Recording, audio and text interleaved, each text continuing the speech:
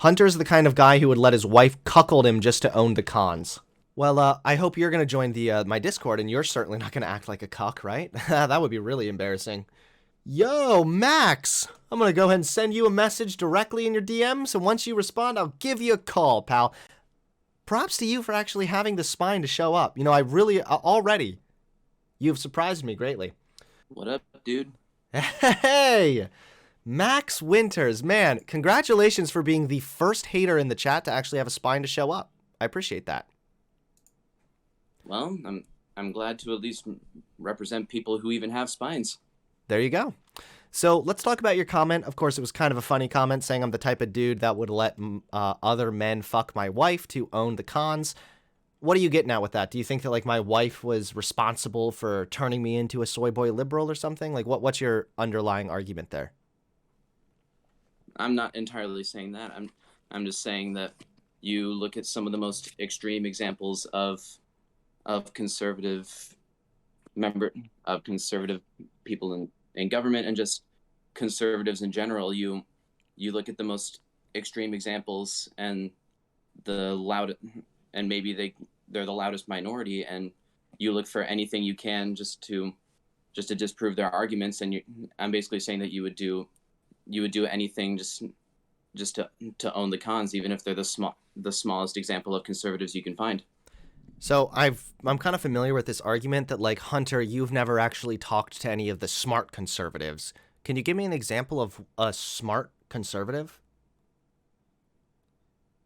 Like who's the bigger brain conservatives? Because I've seen comments like this too, saying all I do is focus on the extreme side of one group. Well, I mean, the dude we just looked at is literally running for Congress or Senate or whatever. So he's trying to actually get in a position of power. So even if he is really extreme, even if he is kind of fringe, he's literally attempting to gain power. So I think that that's deserving of attention there. But yeah, where like the really smart conservatives that I always refuse to talk to? Well, there's a whole slew of them. There's Michael Knowles, Matt Walsh, Liz Wheeler. There's an entire bevy of even more moderate Christian conservatives that you refuse to acknowledge. Matt Walsh, for example, would be considered like one of the dumbest conservatives on this planet. So do you want to talk about, well, let's talk about why you feel he's actually a smart conservative or represents smart conservatives in any way, shape, or form. Because he actually takes the effort to deconstruct the arguments that are being put forth by the opposition, and he's able to articulate his own arguments in a smart and concise way. Well, I try to do the same thing. Right?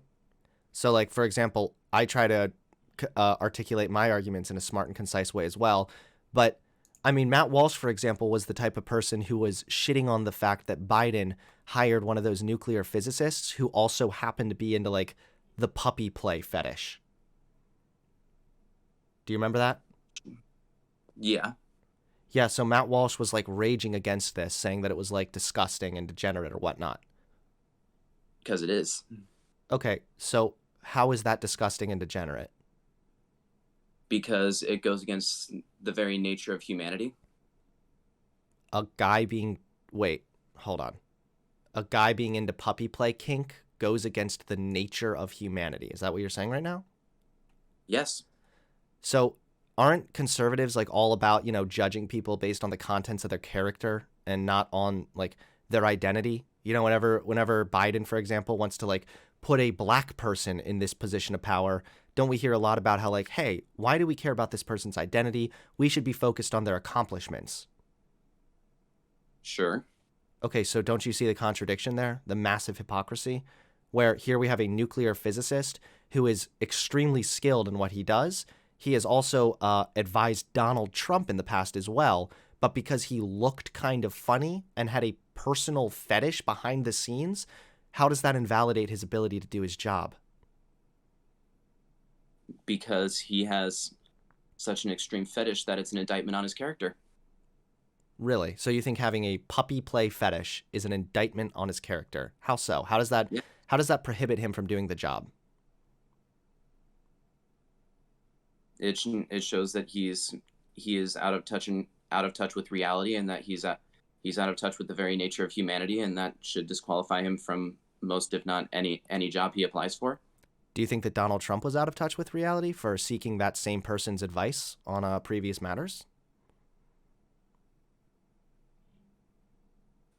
I can't entirely speak to that. Maybe he was just searching for advice in the wrong places. He's human. He makes mistakes. Well, so is I'm Biden, not right? I'm Biden's not just human. He makes mistakes. Maybe he's just searching for answers in the wrong place. That may be so, but he's been doing that much more frequently than Trump ever did. It just sounds like you're being really inconsistent, and I fail to see why somebody having a puppy play fetish, which, like it or not, is actually a very common fetish among people in like the BDSM community. How does that invalidate his ability to do his job, especially considering the fact that he's had this fetish and been open about it now for quite a long time, but he's still been doing his job just fine. There's no evidence that that actually prohibits his ability to do his job. None. I mean, he still had the puppy play fetish when Donald Trump sought his advice. He still was openly non-binary and speaking on like LGBT issues when Donald Trump sought his advice. There's no evidence that that actually affects his ability to do his job. Whether or not it affects his direct ability to do his job is kind of beside the point. There is a purpose to there's That a is purpose just and a not nature true. to there, This there's is a purpose and sorry, go ahead. there is a purpose and a nature to sex and sexual attraction, and that guy is going against that very nature, again going against the very nature of humanity. So do you think it would be wrong to put like a gay person in a position of power as well? Not necessarily. So how is this different? If you're going to appeal to nature, then isn't the natural form of humanity or whatever, like the natural form of sex created to reproduce? Yeah, both to both for procreation and for unification between husband and wife in the I in think the he's bounds of married. marriage. I think he's married to another man. So who cares? Like if he's already in a union with someone else who he loves, how does this have any bearing on his job? You just said it doesn't matter if this affects his job. No, it's the only thing that matters. Literally the only fucking thing that matters is whether or not this is going to affect his job. I don't care what people do in their bedroom behind closed doors. I don't care if people want to talk about having a puppy play fetish either. This has absolutely no bearing on his job. So what is the point of this? You're saying it goes against natural humanity. Well, if that's the case, then I hope you're willing to tell me that we also shouldn't put gay people in positions of power, and we also shouldn't put like infertile people in positions of power either. I'm, I'm not saying that at all. Just being gay in and of itself is not an affront to the nature of humanity. Actually engaging in some sort of homosexual act is. So as That's long as not. somebody is a celibate gay person, it's okay. Yeah. And why is this? Because they are not able to reproduce? Yeah. Okay, so are you against putting people that are infertile in positions of power in the government as well? What if you have like a woman, for example, who had her uterus removed? Oh, there you are. Sorry, I lost the connection for a second. Okay, yeah, I couldn't hear you for a second there either. I'll reiterate Okay. what I said though. So do you think that it's wrong to put a woman in a position of power if, for example, she doesn't have a uterus?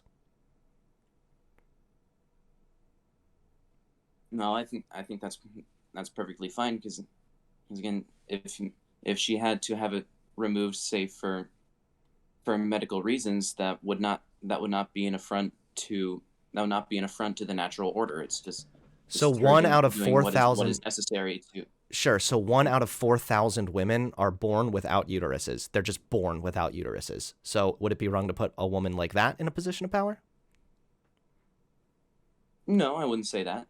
So why? You seem to be extending this natural order crap only to gay people and only to people that are into specific kinks. Why is it, why does it, this doesn't make any sense. This doesn't follow. how does it add up that if you don't have a uterus, you're born without one, that you can put that person in a position of power, even though they're violating the natural order of things by not having the ability to reproduce, but it's wrong to put a gay person in power because they're violating the natural order of things, even though they too are born maybe with the ability to reproduce, but they're not going to reproduce because they're married to someone that they love who happens to be another man. I never said it was a bad thing to put a gay person You in a said if the position of gay power. person is acting on their attraction, so if a gay person is married, having anal sex with their husband every night, then you would not think that that person should be in a position of power. Am I correct?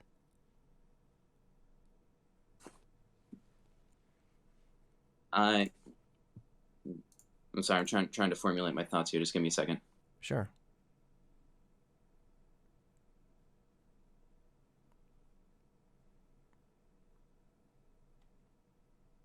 I would say that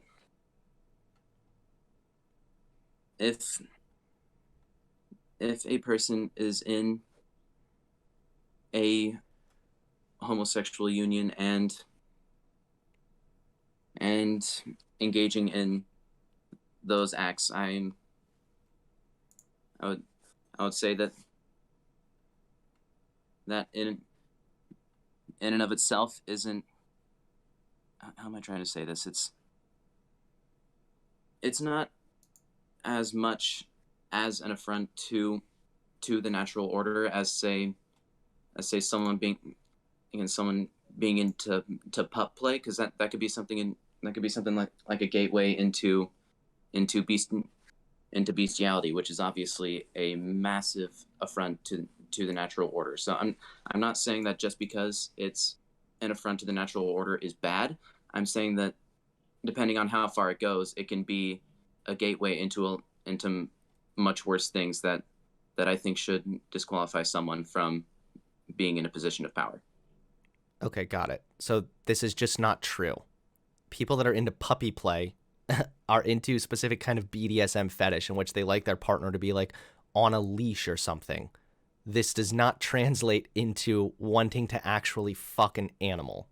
That these things do not translate. Second of all, you can look into how many people actually participate in this type of a fetish or this type of a kink. None of these people go on to commit acts of bestiality. So it sounds like your argument is based on nothing but a slippery slope that, well, because they might one day want to have sex with a dog, that somehow compromises his ability as a nuclear physicist? Like, this doesn't follow at all. Like, what if somebody, for example, thinks that having missionary sex with a woman is weird? Like, I think that the argument there would be, I don't care if you think it's weird. If it doesn't affect my ability to do the job, then why the fuck do you care? I mean, I'm looking up pictures of the dude. The guy definitely has a unique look about him for sure, but I don't understand how this compromises his ability to do the job. Second of all, when you say that like it goes against the natural order, I mean, even that in and of itself is a really poor argument because there are plenty of things that humans do that are completely unnatural, but we recognize as good. Like it's not natural to use toilet paper or take a shit on a toilet, but like we all do it. You know? There's plenty of things us humans do that isn't natural. Even taking medication. We don't take natural herbs all the time. Sometimes we take pharmaceutical grade medication. Is that violating the natural order as well? Right. You do actually have a point there. I will give you that. There are plenty of things that we do as humans that maybe are not a part of the whole natural order. I will give you that. And you also have a point that maybe what someone does behind closed doors doesn't necessarily affect their job. ability to do their job. I'm just saying that anyone who wants to be in a position of power should have some amount of grasp on reality, and I just don't think that people who are into pup play or any extreme BDSM stuff like that necessarily are. They're So it sounds like you're kind of putting yourself in the position where you're sort of gatekeeping who has the ability and who doesn't. So, for example, if you want to say people who in positions of power need to have a grounding on reality, then I think that that's a great argument against why Donald Trump should absolutely never be in government ever again, because he clearly lacks any kind of grasp on reality because he thinks that election fraud is the thing and that the election was stolen from him. And that, by the way, does actually affect his ability to do the job directly. It sounds like there is no real clear answer here, and that's because it doesn't matter what people do behind closed doors. It doesn't matter if their relationship is gay or straight, so long as they are able to do their job effectively. And based on what we've seen from this guy, he's able to do his job effectively. He's even advised Donald Trump in the past. So I want you to understand my problem here is that you told me that I only focus on the extremes and I never talk about the right. smart conservatives. And now we're trying to Mm-hmm. talk about what a smart conservative said, and you've now walked back everything you said, and you're recognizing that what this quote unquote smart conservative said is actually painfully fucking stupid. Well, no, it's it's perfectly logical that, again, anyone who wants to be in a position of power needs to have some sort of grasp on reality, that men are men, women are women, people are people, and there is a That's there not a is a grasp on natural reason. reality. That's a lack of understanding of reality. How so? Because what is men are men? What does that even mean? What's a man? And what does it mean? What does it mean to be a man? Men are men? What does that mean? It means that a man is an adult human male. Okay. So, again, we're talking about the difference between sex and gender. We're kind of moving topics all of a sudden. But there's gender identity and then there's sexual characteristics. Male refers to sexual characteristics, whereas man refers to the way that you express the fact that you are of male sexual characteristics. So the thing is, though, is that that's strongly correlated, yes, but it's not caused. The example I like to give a lot is that if you take somebody with a penis and you put them into a padded room their entire life, they're not going to grow up to just naturally want to wear suits, cut their hair short, and wear jeans or something. Like, that's just not going to happen. Those are socially constructed aspects of gender and gender roles. So when you say a man is a man, well, 100 or maybe 1,000 years ago, what a man was somebody who wore high heels and a tunic, which was very similar to a dress. But nowadays, if you say a man is a man, you're usually referring to somebody with their hair cut short, wearing a suit, maybe behaving in a certain way. Like, what a man is has changed throughout history. So when you say a man is a man, a woman is a woman, that's reality. It doesn't sound like reality to me. That sounds like a refusal of acknowledging reality. Actually, because what you're arguing is that a lot of the constructs that are supposed constructs that we follow are just that they're human constructs, but there are certain constraints to being a man or a woman, and no amount of self-identification or body modification is going to change that. So what exactly is that makes you a man no matter what? The fact that you have a penis and the ability to produce sperm. So what if we have somebody who has a penis but they're infertile? They're not able to produce sperm. Are they not a man? Then no, he's still a man because he has a penis. Okay. So what if somebody's like intersex, for example?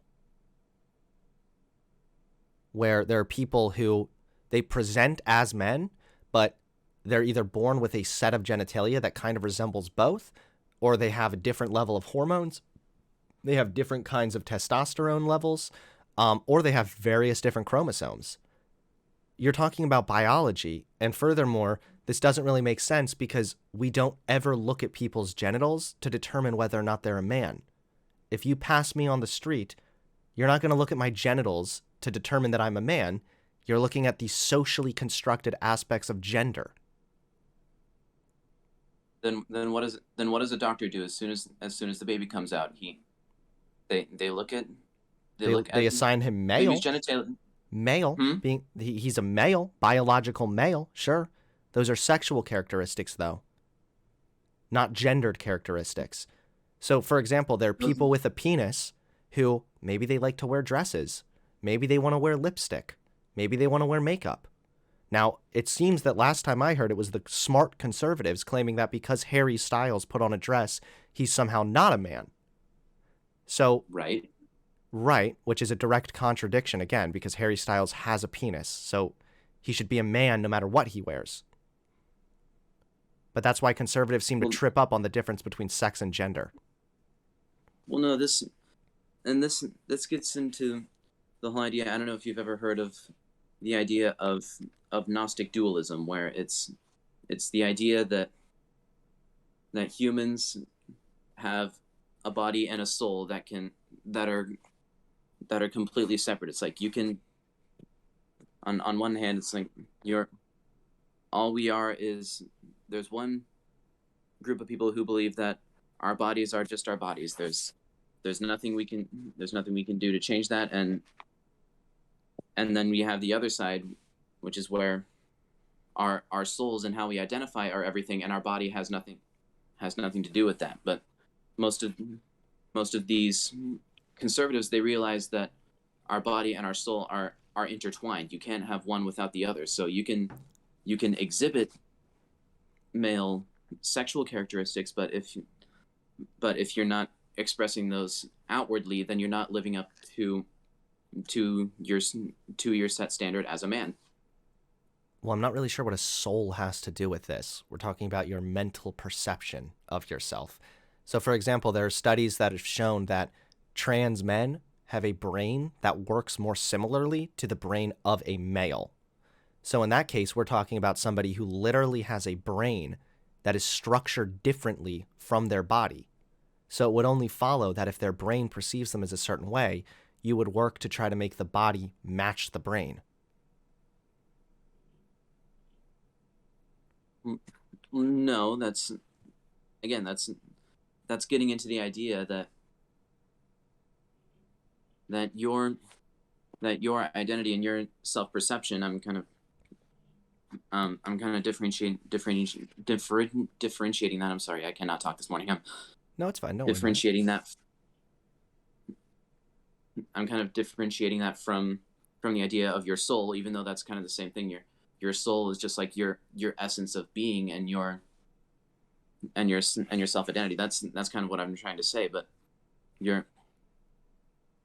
the body, again, the body and the soul are intertwined. One thing necessitates the existence of the other. So again, if you have those certain sexual characteristics, then there are ways that you need to carry and identify yourself that that matches what what people can see in the sexual characteristics that you have. Well, I'm not really sure what a soul has to do with this. So does the soul determine every aspect of our being? And is it always bad to No, change what the soul has apparently dictated? not not entirely. So 100 years But ago, when it was like normal for men to wear high heels or whatever, was that what the soul dictated then? And then now, as gender norms have changed, now the soul predicts something different? I'm not sure I understand. because maybe like certain fashion or clothing changes have changed over the years, but your your primary role and purpose, like a man's primary role and purpose, has stayed pretty pretty rigid for the past for pretty much since all of human history. What? That is This the is completely untrue. So, for example, if we want to talk about nature, which is what you were talking about before, it's common for the females to go out and hunt while the men will stay home, or the males at times in certain animal species. Second of all, no, what it means to be a man has been changing forever. I mean, again, what I said back in like Roman times, being a man had an entirely different social role. An even better example is look at the 1920s. Being a woman had an entirely different social role than what being a woman has today.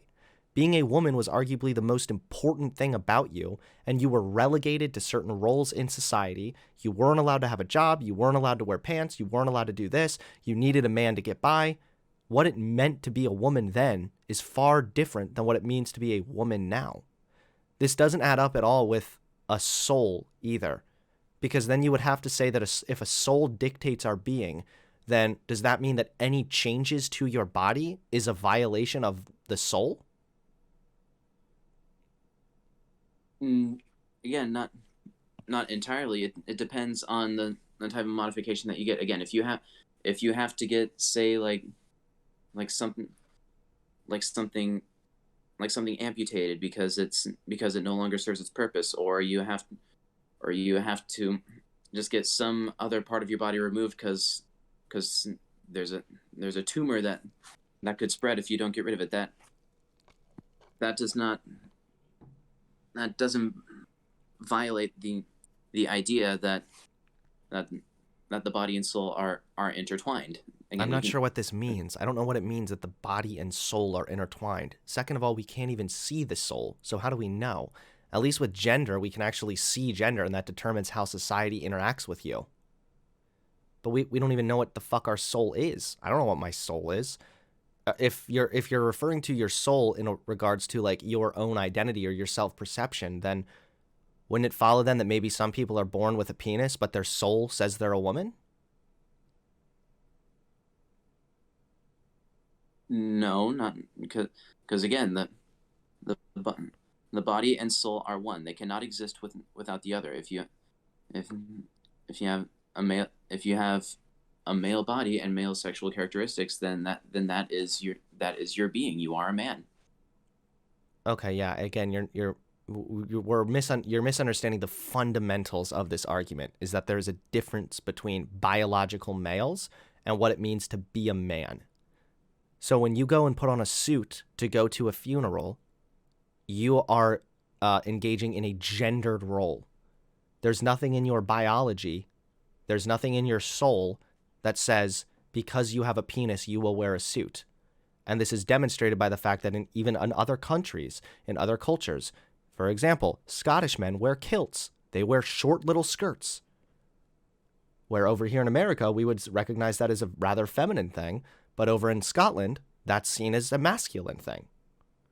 So if the soul determines our gender, then it just seems like the soul is very wishy-washy and seems very heavily hinged upon what societal gender roles are at the time. And even if I were to grant this to you, like taking a step back, even if I were to say, yeah, your soul determines your being, and it sounds like we're kind of back again into this arbitrary standard where now there's some things are okay to change even though it's part of your being. So for example, if you need to get an arm amputated, that's okay. But identifying differently and presenting differently is not okay. It just sounds like arbitrary. It sounds like you're just gatekeeping what is and isn't acceptable, and you're kind of falling back on this excuse of the soul.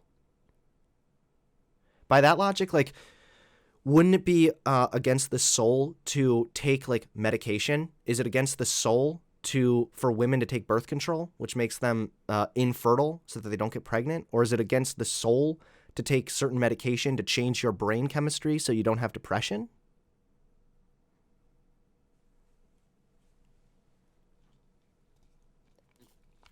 Again, you're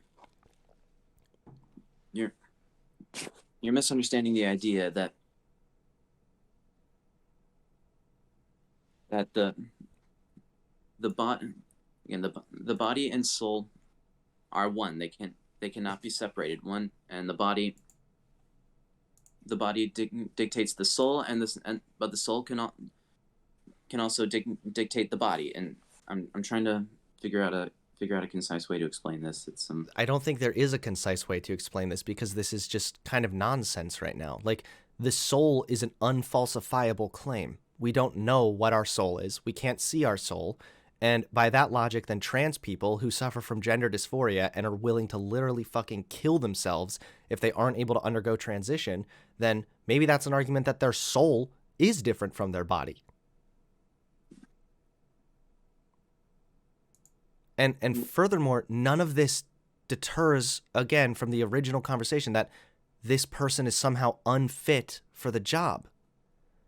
So you're kind of failing to prove your point. You're kind of proving me right here that, like, where are the smart conservatives? This doesn't sound like a very smart conservative argument. And you brought up Matt Walsh. We talked about the argument he made, and it's not a very smart argument. So do we want, like, where's the smart conservatives? There doesn't seem to be. I just don't see many smart conservatives here. And the examples you gave me were literally all like fascists or just like insane people.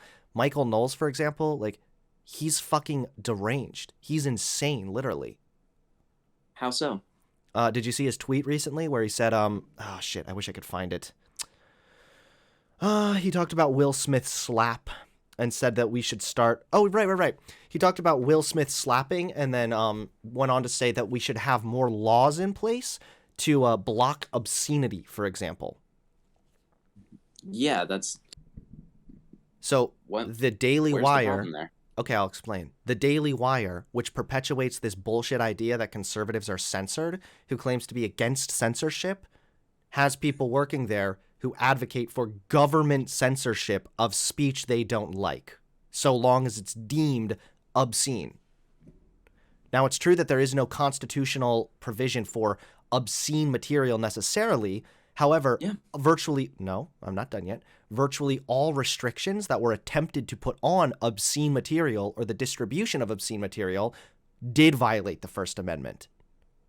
So although the Constitution might not say, you have the freedom to do obscene material, trying to restrict the distribution of obscene material does tend to violate the Constitution. And this has been ruled various times, even by the Supreme Court. So there's another example.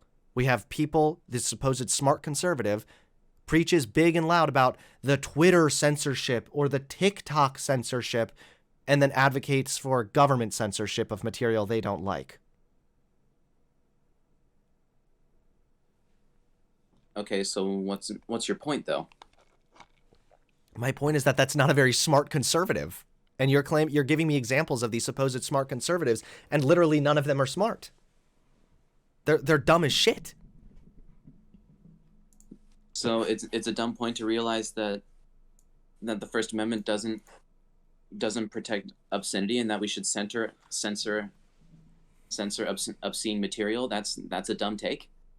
Yes, because just like what I just said, just if the Constitution doesn't protect obscene material, it does tend to protect free speech, and trying to restrict obscene material does tend to violate the First Amendment. So, for example, back in, I want to say the early 1900s, they tried to invoke a law to try and block obscene material from being sent via mail. But the Supreme Court, all right, it may have not even been the Supreme Court, but a court found that to be a violation of the Constitution because people have a right to free speech and to distribute their said speech. So yes, it is a dumb point to advocate for censorship against things that he doesn't like, so long as he can deem it obscene, which has very often been found to violate the Constitution, while he simultaneously bitches, moans, and whines about Twitter censorship. Like, I'm sorry, you can't cry about censorship on one thing and then turn around and advocate for censorship the next. Well, no, because the Hold point on, is that one second. Hey guys, chat, could you please link me the tweet from Michael Knowles? I need to find it. I'm gonna try to pull it up while you go ahead. I'm sorry, you can go ahead and get your point across. I apologize there. I just want to make sure I gotta. No worries, man. You gotta do your. Gotta get the voice out there. Get as much help as you can. I get that. Yeah. I'm trying to link but a anyways, tweet, but yeah. But anyway, so there is a difference between censoring obscenity, which is not protected by the Constitution. There is a difference between censoring obscenity and censoring differing political opinions. Again, conservatives are being censored on social media because they're the people on the left are in these positions of power again, on not just in the government but on big tech platforms and in Hollywood and the media and everything like that, and they're getting rid of this conservative content because they're because it's You're making a it's dumb argument again. This is what not the true. conservatives are being censored on social media. Well, conservatives get banned sometimes, but it's not at a or it might even be disproportionate, but it's because they violate the rules. It's not because they're conservative. Yeah, rules that the big tech platforms put in place specifically to hamper or to make it harder for conservatives to share their content. They specifically write the rules against conservatives just so they can justify kicking them off their platforms. No, they don't. Yes, they do. No, they don't. Like, what rules? Do you mean that you can't be like a bigot towards trans people? I mean, maybe, but that's not like intrinsic to a conservative belief. So here's something I found right here. Court, FCC indecency rules are unconstitutional. This is from 2010. So a federal appeals court on Tuesday struck down the Federal Communications Commission's broadcast indecency policy, saying it violated the U.S. Constitution's First Amendment. The decision resulted from a lawsuit filed by Fox Television. Broadcasters sued the agency, contending the unconstitutionality of an FCC rule that a fleeting, unscripted utterance of a single expletive, which is kind of like what happened with Will Smith yelling the F word, during a network show is indecent, which makes a broadcaster potentially liable for huge monetary fines. And then they said, we now hold that the FCC's policy violates the First Amendment because it is unconstitutionally vague, creating a chilling effect that goes far beyond the fleeting expletives at issues here. So, again, this is what I'm saying, is there might not be any direct protection for obscenity in the Constitution, but trying to restrict this obscenity is very arbitrary and oftentimes does end up violating the Constitution.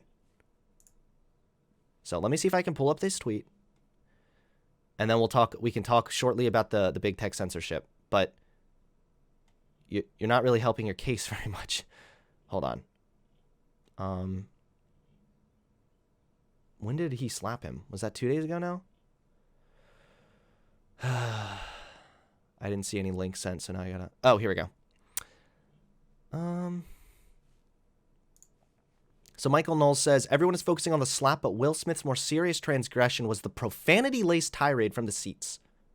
And then he goes on, by losing his composure and hurling F-bombs like an angsty teenager. Where does he talk about the obscenity thing?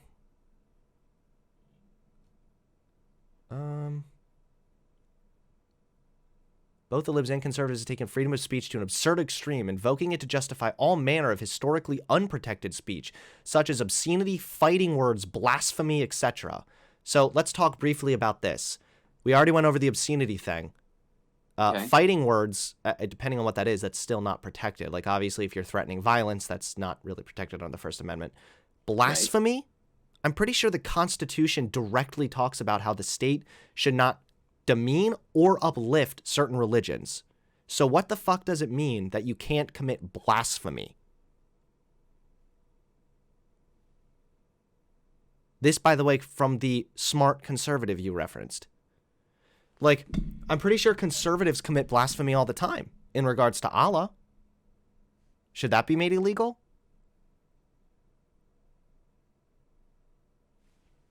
No, because he's smart.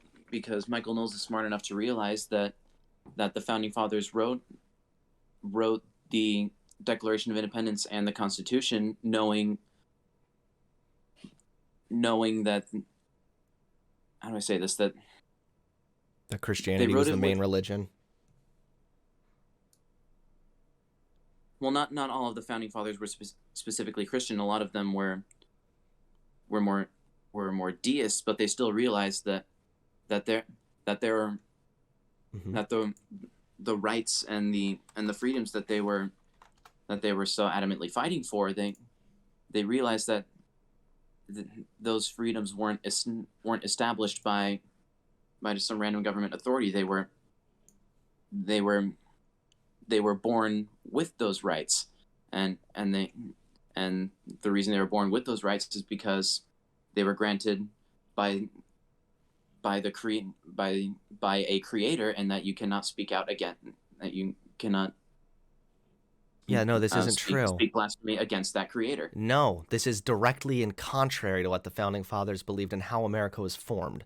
So America began literally because they didn't like the fact that there was an enforced religion over in England where they all had to attend the English church.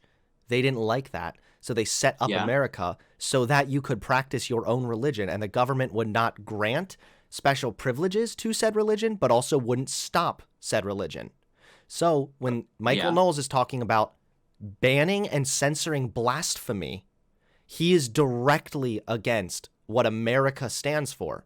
This is not a smart conservative. This is a fucking fascist authoritarian who would rather invoke censorship against speech he doesn't like. Keep telling yourself that, bud. Okay. Is that all you have to say? Not quite, because the point that you were making about how they were speaking out against the Church of England, that is entirely true, and the reason that it's part of the First Amendment. It's, for one, it's saying that they can't stop people from freely practicing their religion. Well, the First Amendment actually directly says Congress shall make no law respecting an establishment of religion. So I'm pretty sure banning blasphemy against a certain religion is definitely making a law which respects a certain established religion. Well, no, actually, what that amendment was written to reflect is that it restricts specifically against a state established religion. It goes back to the whole issue of the Church of England that caused a lot of discord, even in England itself, and especially between America and the colonies. Wait, hold on. If Congress makes a law saying that blasphemy against God is illegal, how is that not making a specific law which respects a certain religion?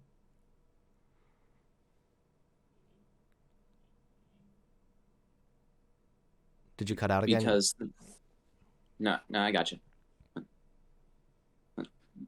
You're okay. I appreciate the convo, buddy, but like, please stop telling me that all I'm doing is going after dumb conservatives when literally every fucking conservative I talk to, you included, proved to be extremely fucking stupid. Like, insanely. Like, you're stuck here now trying to defend a fascist saying that we should ban blasphemy, He's not a fascist. Which tramples all over the Constitution. You're supposed to be the big America lovers. Why do you guys hate the Constitution so much? They don't hate the Constitution. They interpret it correctly. You hate the Constitution because you think that there should be specific laws in place that ban blasphemy. Like, by that logic, what if a Muslim gets in power and now you're no longer allowed to make fun of Islam? I'm pretty sure you'd be raging about how that's not a you'd be raging about how that's a violation of free speech. Like, you're proving my point, and this happens so many times where people are like, Hunter, they're really smart conservatives. Where? Where the fuck are they? It's definitely not you. It's definitely not Matt Walsh. It's definitely not Michael Knowles. No, they're out there. I know. They're somewhere out there. No. I just talked to you where you gave me an example of 3 smart conservatives. We went through 2 of them, and all of them turned out to be literally so fucking stupid I think they were inbred. Like, you're proving the point right now. I know that you think that they're like these imaginary smart conservatives out there. There aren't. There are. No, they're not. Yes, there are. All right. Well, then, similarly to what you said earlier, keep telling yourself that, buddy. Have a good one. I hope that you educate yourself and stop being a dumb fuck conservative. Bye. Holy shit.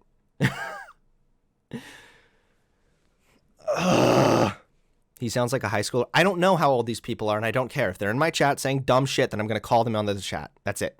They come onto the stream, and then we talk. That's it. I don't care if they're 12. I don't care if they're 23. I don't care if they're fucking 90. Okay, if they're on here in my chat saying dumb shit, then I will ask them to join the Discord. Don't forget to hit that subscribe button and click the bell so you get notified when I drop a new video.